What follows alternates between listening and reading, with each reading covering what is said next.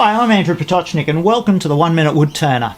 If you've ever done any hollowing, deeper hollowing, making goblets or end grain boxes, there are a couple of little tricks you need to know, and I'm going to tell you all about them.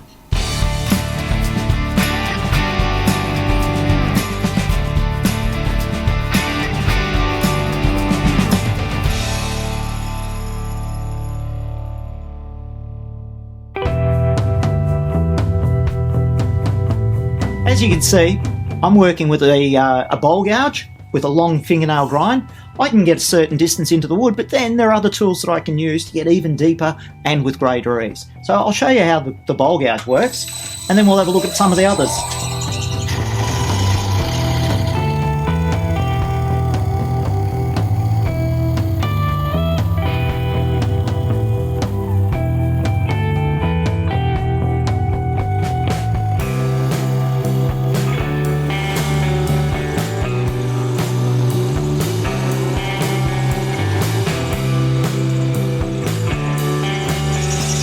If you don't want to use the gouge, there are other tools that you can use, so let's have a look at what the options are.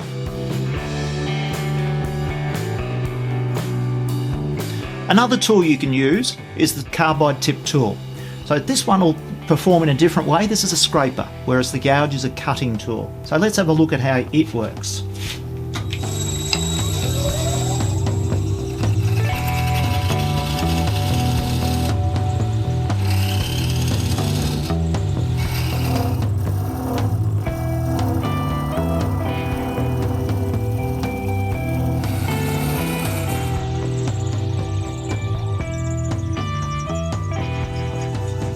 But then once you get to a point where you're quite a way into the wood, you need to use a tool that'll give you a bit more control. The Crown Revolution tools are specifically designed for deep hollowing, and they work in a slightly different manner. It's more of a ring tool in the old traditional sense, and the idea is that you need to hang it over the tool rest, turn it on slightly on its side and dip it down, and you'll get some really nice shavings coming off that, especially if you're working with green wood. So let's give it a go.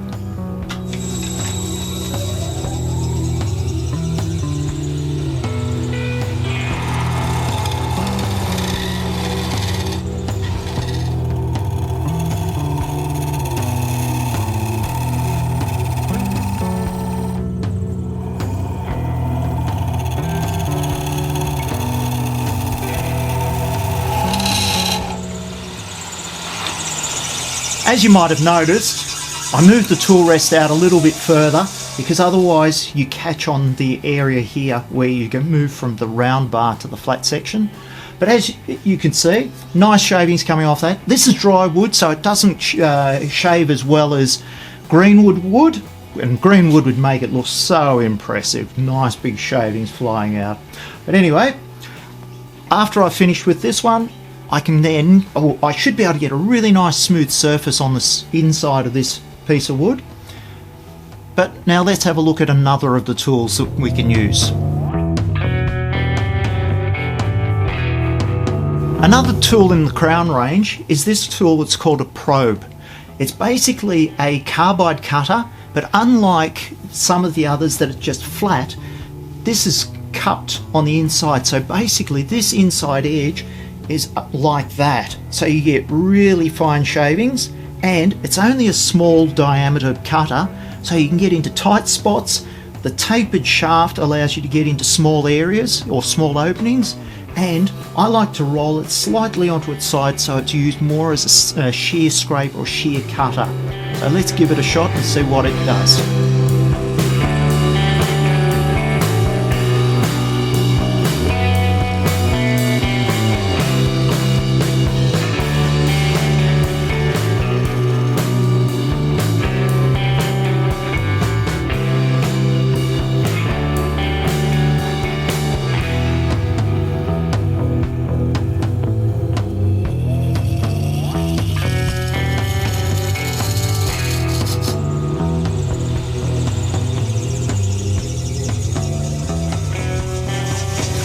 As you can see, that was effortless.